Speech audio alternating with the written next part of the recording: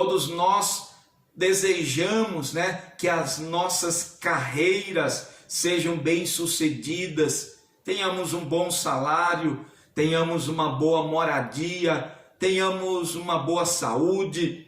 Aqueles que não são casados, encontrar aí o seu noivo, né, para casar. Aqueles que não têm uma estabilidade familiar, venham encontrar uma estabilidade. Então todos nós temos algum desejo, todos nós temos algum anseio em nosso coração. Mas como lidar com esses nossos anseios? Como é que nós poderemos lidar com esses anseios, com esses desejos de nosso coração? Nem sempre nossos anseios, nossos sonhos, eles são realizados. Veja, queridos irmãos, que nem sempre os nossos sonhos acontecem. Nem sempre aquilo que nós anseiamos em nosso coração está acontecendo. Nem sempre aquilo que nós buscamos está acontecendo. E às vezes parece que as coisas fazem piorar. Ainda é mais frustrantes para nós quando nós vemos as pessoas que não servem a Deus, elas prosperarem, elas serem realizadas naquilo que elas estão buscando, aquilo que elas estão fazendo. E às vezes isso tenta frustrar o nosso coração, como frustrou o coração, ou tentou, ou quase frustrou o coração de Asaf. Assim, meus queridos irmãos, nós observamos, né, que parece que Deus não quer que nós sejamos felizes. Parece que Deus não quer que você seja feliz. Garganta tá meio... Então, parece que as coisas não vão dando certo como nós esperamos. E você pode dizer, mas o que é que a palavra tem a ver com isso? Ela tem tudo a ver, meus queridos irmãos, porque quando nós olhamos para o Salmo 37, o verso de número 4, ele diz assim: deleita-te no Senhor e Ele concederá o desejo do teu coração. É aqui onde muitas pessoas às vezes se questionam: por que Deus não está fazendo o desejo do meu coração? Por que o desejo do meu coração não está sendo estabelecido? Por que às vezes o ímpio está prosperando? Por que alguém está alcançando e eu não? Se Deus está dizendo na sua palavra que Deus realizará o desejo do meu coração. Então, vamos fazer um exercício. Qual é o desejo do teu coração e que não tem se realizado? Qual é o desejo do teu coração que você está buscando, ansiando, mas não acontece? Agora nós vamos entender o que diz o verso de número 4. Para que nós não usemos ele como pretexto, talvez, para nos frustrarmos diante de Deus. O versículo 4, ele começa dizendo assim: agrada-te, deleita-te no Senhor, tenha prazer em Deus. Sabe, queridos, quando você come aquela comida que lhe dá aquele sabor, sabe, quando você come aquela comida que lhe satisfaz, que dá aquela sensação de algo maravilhoso, é mais ou menos isso. O salmista está dizendo: agrada-te do Senhor, tenha prazer em Deus. Quando você come aquela comida, é que se fosse possível você permaneceria ali, repetindo aquele prato, e você só não repete porque a barriga não aguenta mais, né? Porque aquilo lhe satisfaz, aquilo lhe agrada, aquilo é agradável ao teu paladar. E Deus, através do salmista, está dizendo: deleita-te no Senhor, agrada-te do Senhor, louvado seja o nome de Jesus. Então Deus quer, queridos, que nós nos deleitemos nele, que nós tenhamos prazer em buscá-lo, que nós tenhamos um sentimento de gratidão a ele. A nossa felicidade, ela não pode estar em coisas perecíveis, justamente porque elas vão perecer. Se a minha alegria, a minha satisfação está em coisas que perecem, então automaticamente a minha alegria, o meu prazer vai perecer. Então, quando elas perecem, nossa felicidade também perece. Nossa felicidade deve estar em algo imperecível, algo que é eterno, e esse algo é Deus. É por isso que o salmista está dizendo: agrada-te do Senhor, deleita-te no Senhor. Não é no que Ele pode fazer por você. Eu vi certos dias atrás um vídeo que dizia assim: e se não tivesse inferno, você serviria a Deus?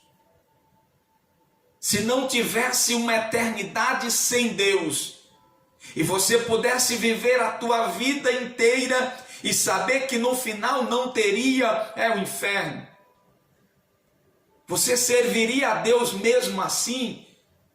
É aqui, queridos, que o salmista está dizendo que a nossa alegria, ela deve estar em Deus.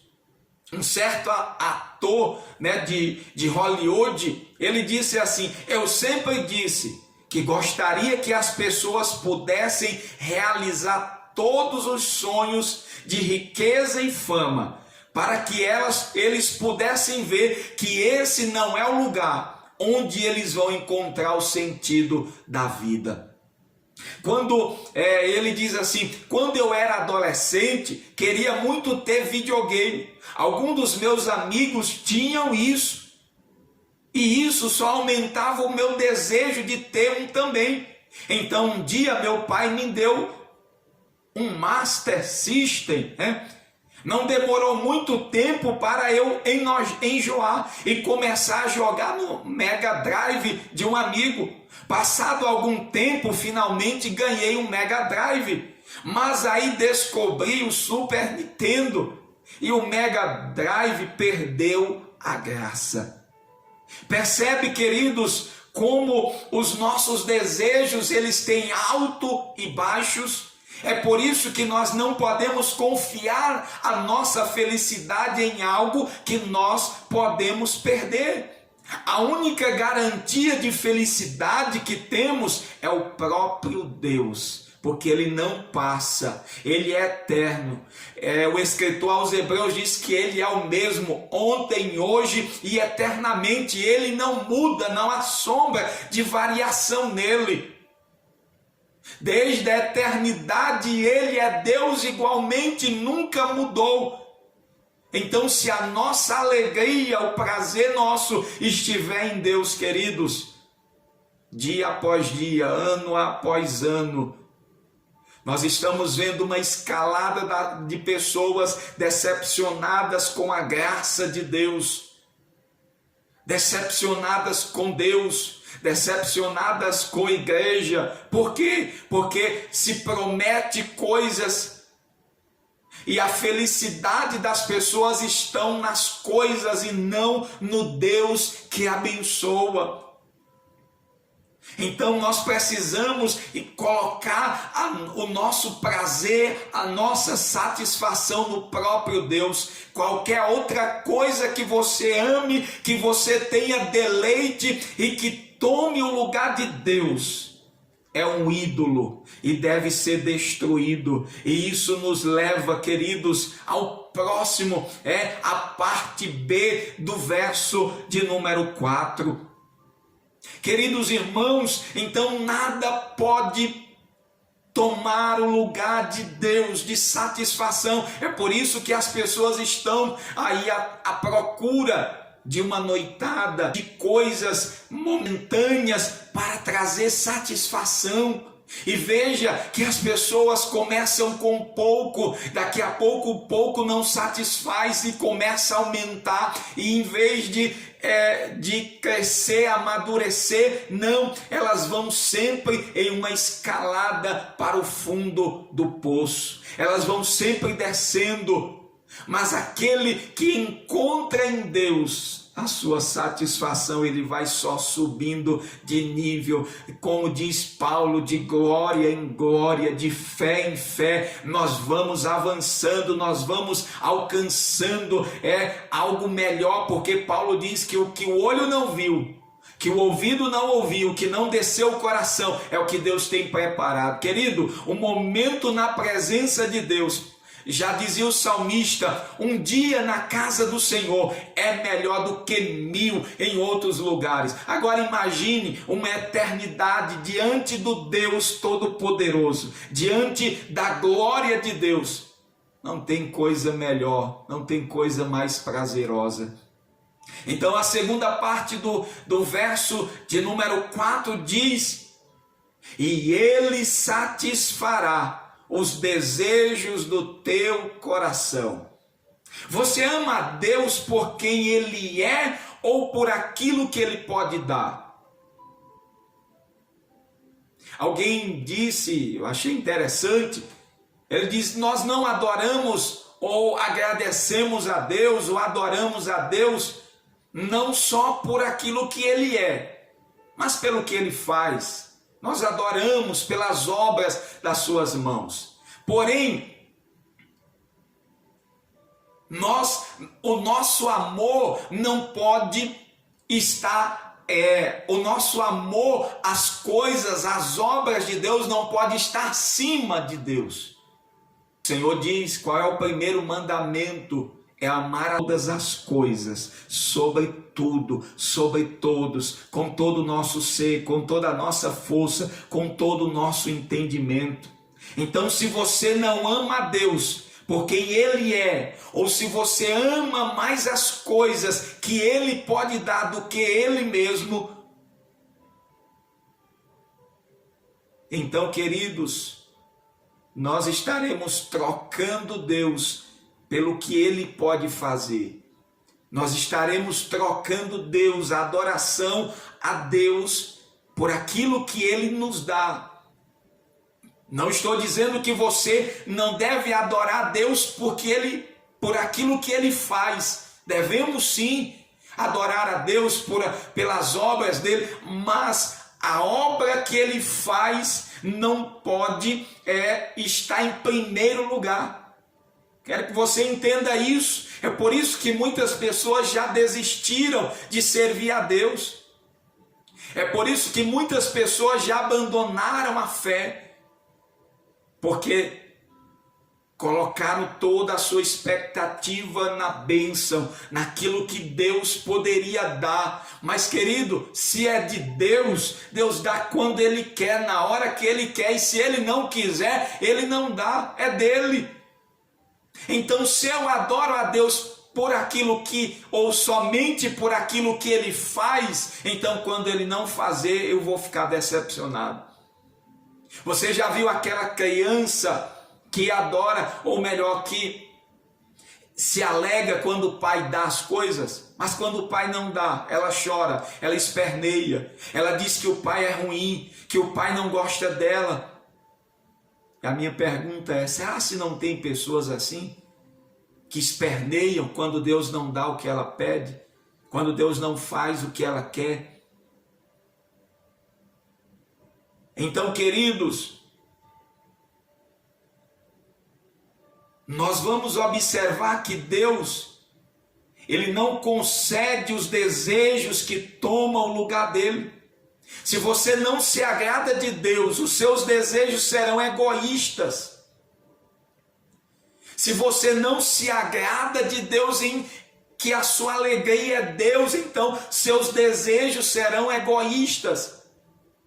E Tiago diz: pedis e não recebeis, porque pedis mal, para gastar nos vossos próprios deleites. Então é por isso que muita gente não recebe aquilo que está desejando, buscando, porque são pensamentos mesquinhos, egoístas, para gastar consigo mesmo.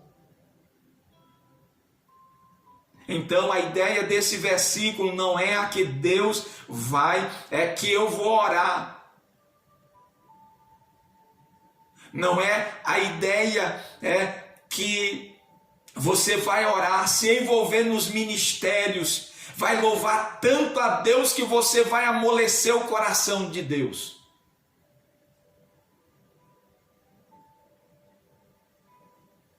Queridos, é assim que tem sido ensinado. Faça que você vai amolecer o coração de Deus.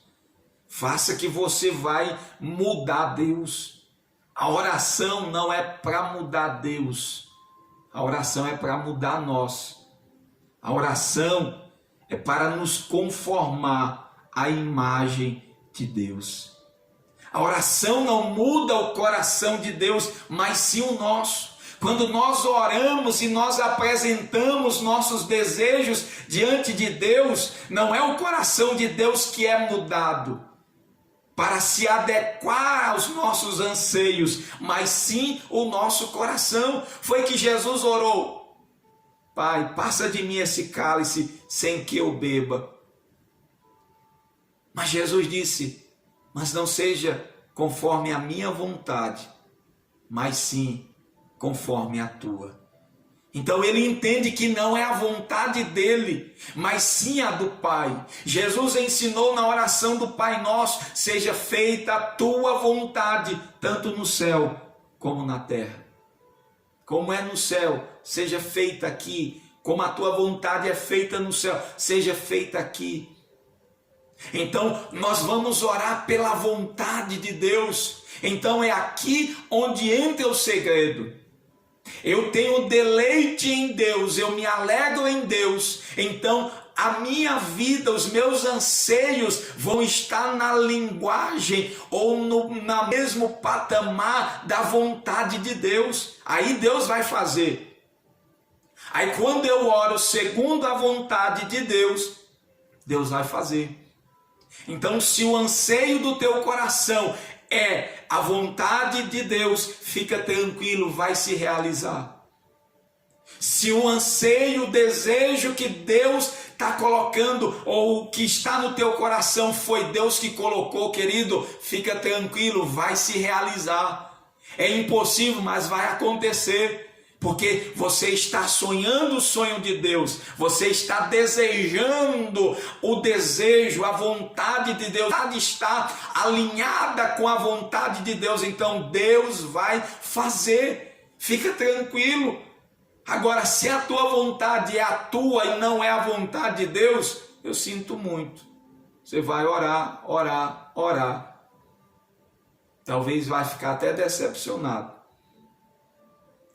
Mas enquanto nós não entendermos que não é a nossa vontade, Paulo disse: não vivo mais eu, mas Cristo vive em mim. É Cristo quem vive em nós, queridos. E agora o prazer nosso é nele, está nele, porque o Pai se agradou de Jesus.